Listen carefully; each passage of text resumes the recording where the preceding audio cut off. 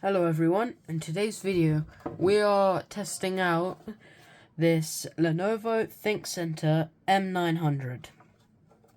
It's a mini PC released by Lenovo that has an Intel i5 6500T.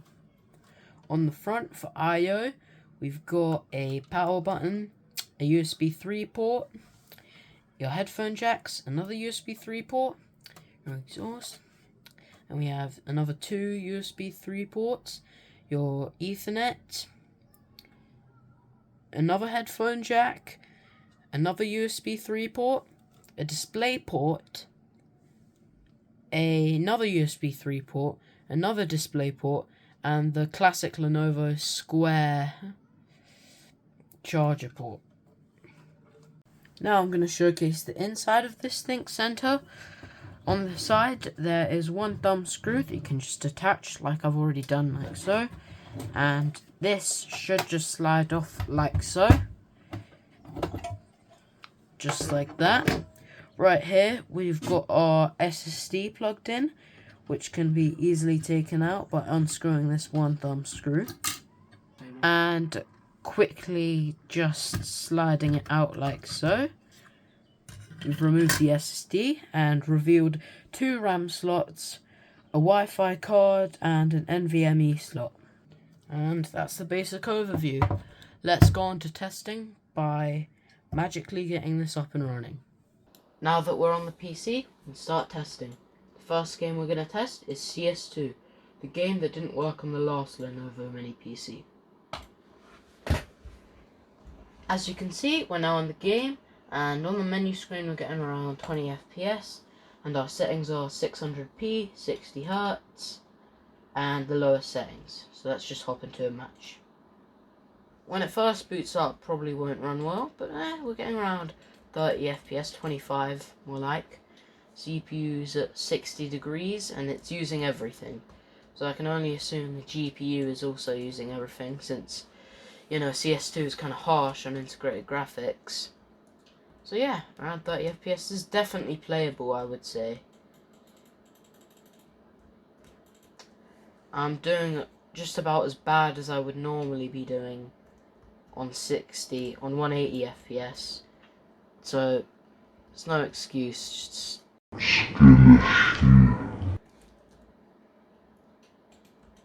But if you were doing professional, I wouldn't recommend this. But I could bet you could crank it down a lot lower than 600p, but I didn't, because I wanted to keep 16 by 9. So overall, this game runs great. Let's move on to the next one. And as you can see, the next thing we're testing is Overwatch 2. Let's go straight to the options. I'm on 720p, and right here, max FPS, and all the lowest graphics quality. So let's just go straight in the match and see how it runs. And as you can see, we are now in the game. So let's just continue. And it's actually running pretty good. By this computer standards, around 40 FPS at 720p. Which is not bad at all. Still preparing to attack, but not in action. Looks like we're getting around 40 FPS in the top left corner. The VRAM usage is relatively low, which makes me believe this game is not GPU intensive, even though it probably is. The CPU is definitely on max, and oh, we're hitting around 60 there. And now that we can actually fight, I think the game's getting a bit laggier. There's a bit more action. Oh, yeah, it's dipping a lot when there's more stuff going on. Once it all loads in, it seems to kind of be fine-ish.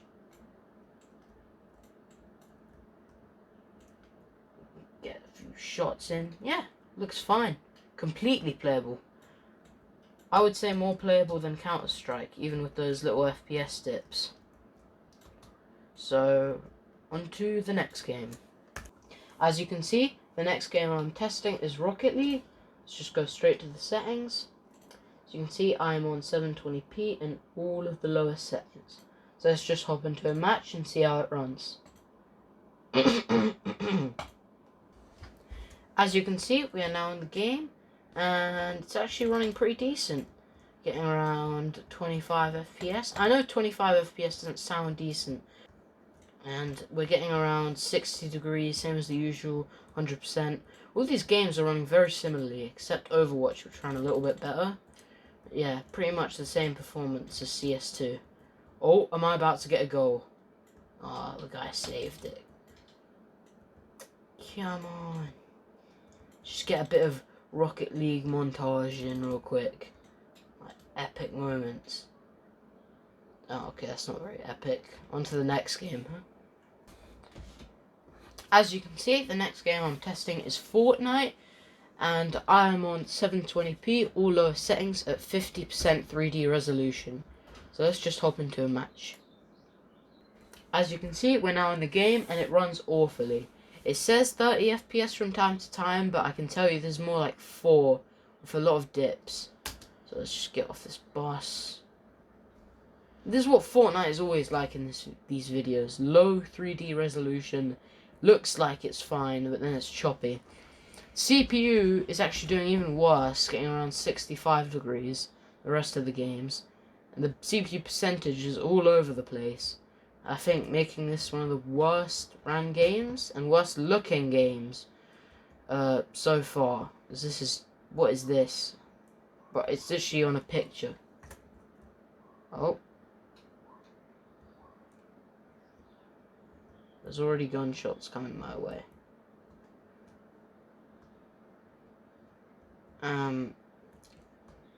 So yeah, when I'm on the land, it's more like 40 FPS, but it's still not good. And turn down the 3D resolution real quick.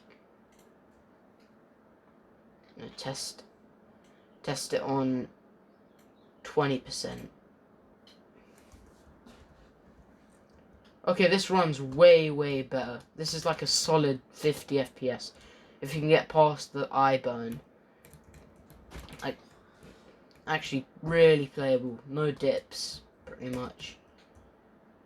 But you can't really see people.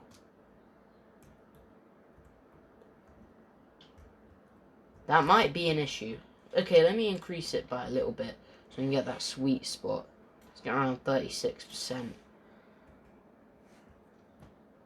Yes, still pretty good, but you can actually see things now. So I'd say it's pretty good.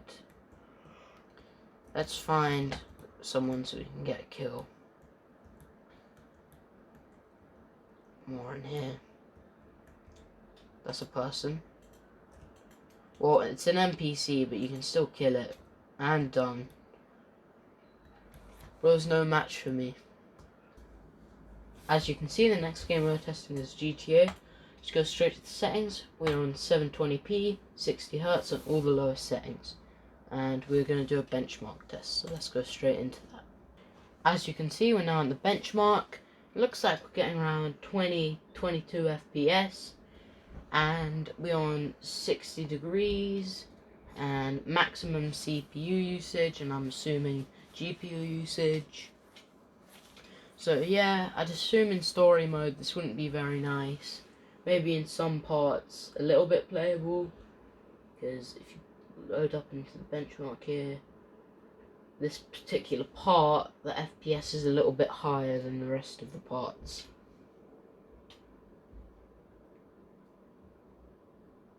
Like here, for example, getting more like 26 rather than 20, but it does bounce back. So I guess 20 FPS is the definitive FPS for this. So on to the next test. As you can see, the next game I'm testing is Minecraft. So here's the settings for you. It's just 720p, 9 chunks on all the lower settings. So let's just go straight into the test world we've made. As you can see, we're now in the test world and it's running great. Don't know what else you can ask for. It's getting around 60 FPS. So it's pretty decent and completely playable. CPU's at around 60 degrees, and the CPU usage is actually quite lower than the rest of the games, at around 50, hovering around 80%. So yeah, it's completely playable at 9 chunks. And yeah, think it's time for what we already know was going to come, a TNT test. Now that we're back, you can see here that the jungle's been upgraded. Let me give you a tour around. Up this ladder, got a nice little TNT tree house. And let's just fly all the way up. Right here, we've got all the pigs, don't mind them. And now, for the finishing touch.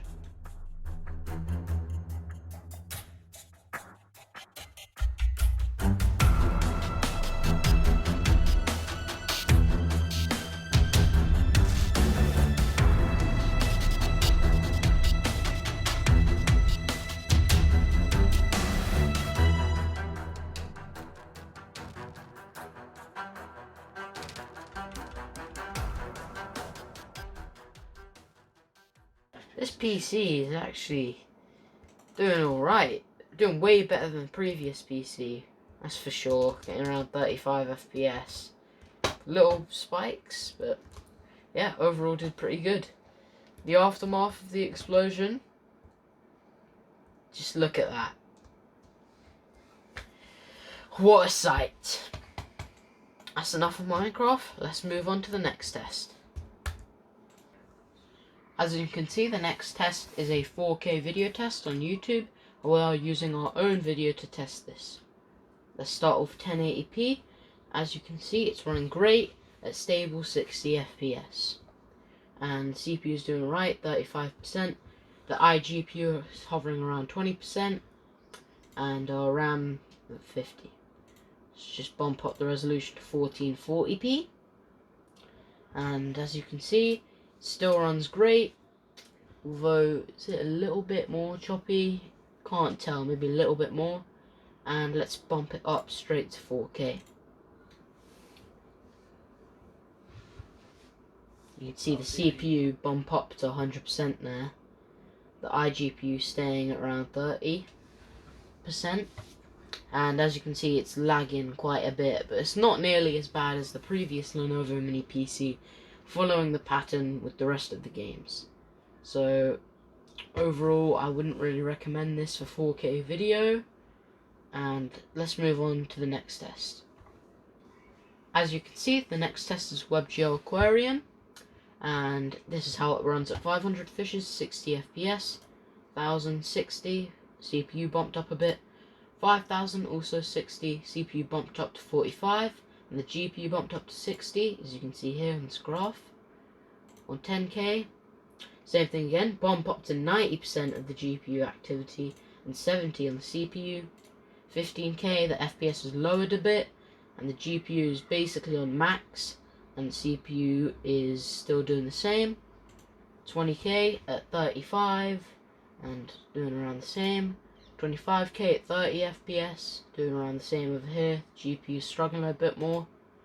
And 30,000 getting around 25 FPS and doing the same on the CPU and GPU side. So let's move on to the next test.